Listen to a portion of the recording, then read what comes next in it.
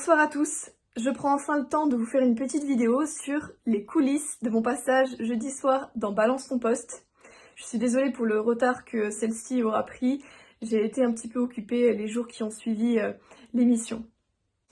Tout d'abord, il faut savoir que la production de Balance ton poste m'a appelée la veille de mon passage et le dernier jour de l'opération Defend Europe Mission Pyrénées que nous menions à la frontière franco-espagnole. Nous avons quasi immédiatement accepté, même si je vous avoue que j'étais un petit peu hésitante puisque je me demandais si j'allais être capable de mener cette mission à bien. Mais bon, il faut savoir prendre des risques, donc c'est ce que j'ai fait, nous avons accepté et j'ai filé directement chez un camarade militant pour m'entraîner une dernière fois à la prise de parole avant de partir le lendemain pour Paris. Je partais dès le lendemain 8 h en train. Donc comme vous pouvez vous en douter, il y avait assez peu de préparation puisque ça a été vraiment de la veille pour le lendemain. Néanmoins, je me suis entraînée dans le train, il y avait quand même beaucoup de stress et d'appréhension qui montaient au fur et à mesure que je me rapprochais de la capitale. J'arrive donc dans les locaux, je dois reconnaître que la production était très aimable avec moi, accueil très sympathique, et puis lorsque je suis dans la loge à attendre mon passage, je vois d'ailleurs les écrans qui annoncent ma venue, ils sont tous en train de discuter si oui ou non c'était une bonne idée de m'inviter, et je vous avoue que c'était une situation assez étrange de me voir sur ces écrans et de les voir eux discuter de ma venue.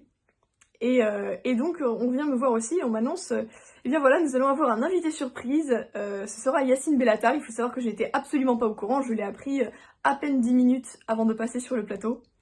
Mais bon, de toute façon, je sais où je mets les pieds, et ce n'est pas Yacine Bellatar qui changera grand chose à l'ambiance qui sera probable sur ce plateau.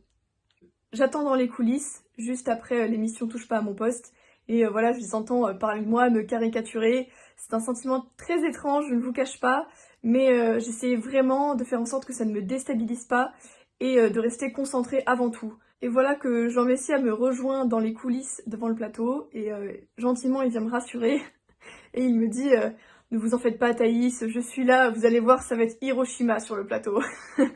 Suite à cela, il m'a également donné quelques conseils pour mener à bien mon passage.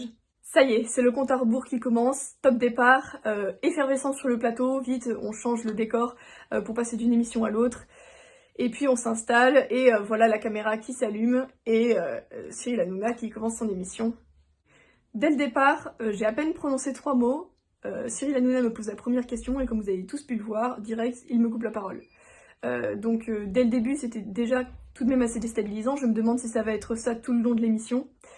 Mais justement j'essaie de faire en sorte que ça ne m'atteigne pas, parce que c'est évidemment intentionnel, mais je tiens bon.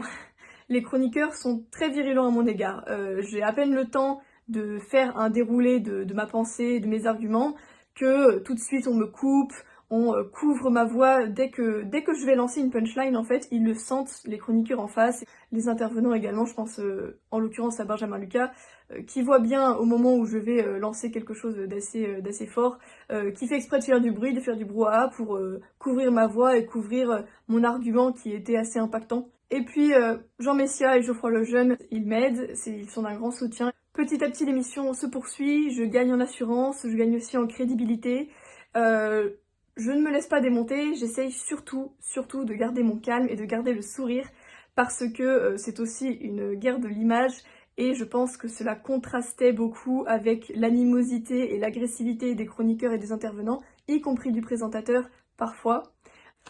Pendant la pause pub, qu'est-ce qu'il se passe? Eh bien, nous avions tout juste 5-6 minutes et à ce moment-là, Cyril Hanouna se tourne vers Jean Messia et moi et nous demande très gentiment tout va bien, est-ce que ça va? Vous en faites pas, vous allez pouvoir parler davantage après.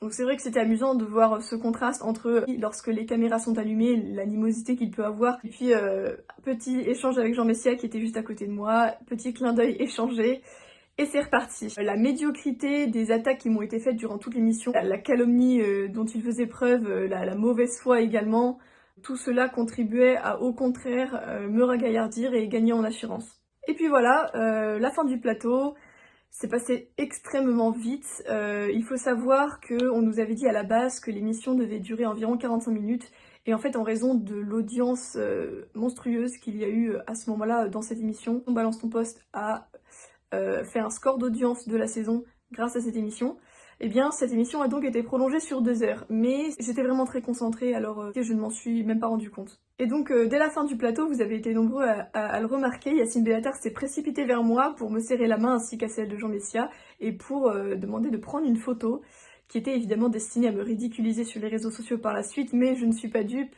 donc j'ai évidemment refusé, et je suis retournée directement dans la loge. La pression retombe, et je suis extrêmement soulagée d'avoir tout de même pu avancer quelques arguments et surtout je pense de ne pas m'être ridiculisée, même si l'animosité des chroniqueurs en face m'a empêché de nombreuses fois de dérouler tous mes arguments. Néanmoins, je vois à ce moment-là tous les retours positifs qu'il y a eu sur cette émission. Évidemment, il y avait beaucoup de critiques, d'insultes et de menaces en face, mais je me suis rendu compte de la véritable solidarité de tous les utilisateurs de Twitter et des réseaux sociaux qui étaient de notre camp. Et cela m'a véritablement fait très chaud au cœur. La principale victoire selon moi de ce plateau télé, c'est que j'ai pu notamment faire un certain déroulé et argumenter sur la remigration, qui est vraiment une notion clé chez les identitaires, et en parler sur un prime time à la télévision, c'est vraiment l'aboutissement de 10 ans d'existence de Génération Identitaire qui a véritablement porté cette thématique-là dans le débat public. C'est une véritable victoire politique qu'on parle de remigration devant 800 000 téléspectateurs. Cela prouve bien la démocratisation de nos idées. Après, je ne vous cache pas bien sûr qu'avec le recul, j'ai re-regardé ma prestation et je me rends compte qu'il y a évidemment certains moments où j'aurais plutôt dû dire ça, où j'aurais dû davantage m'imposer. Je me rends bien compte qu'il y a des choses qui sont perfectibles, mes réponses n'étaient pas optimales. Pour autant, je ne regrette rien de ce que j'ai dit dans le fond. En revanche, c'est la forme, effectivement, qu'il va falloir que je travaille. Et d'ailleurs, j'ai hâte de m'entraîner encore davantage et que ce genre d'expérience puisse se renouveler afin de toujours m'améliorer et représenter au mieux nos idées sur les plateaux de télévision ou autres. Enfin voilà, expérience globalement réussie, je pense. Je tenais, en cette fin de vidéo, à vous remercier chaleureusement pour tous les messages que j'ai reçus de soutien. Vous tous, dans les commentaires, vous tous qui étiez derrière vos écrans à suivre l'émission. Et cela m'a profondément touchée, croyez-le. Et je vous dis à bientôt pour la suite, bien sûr, puisque le combat ne s'arrête pas là, il ne fait que commencer.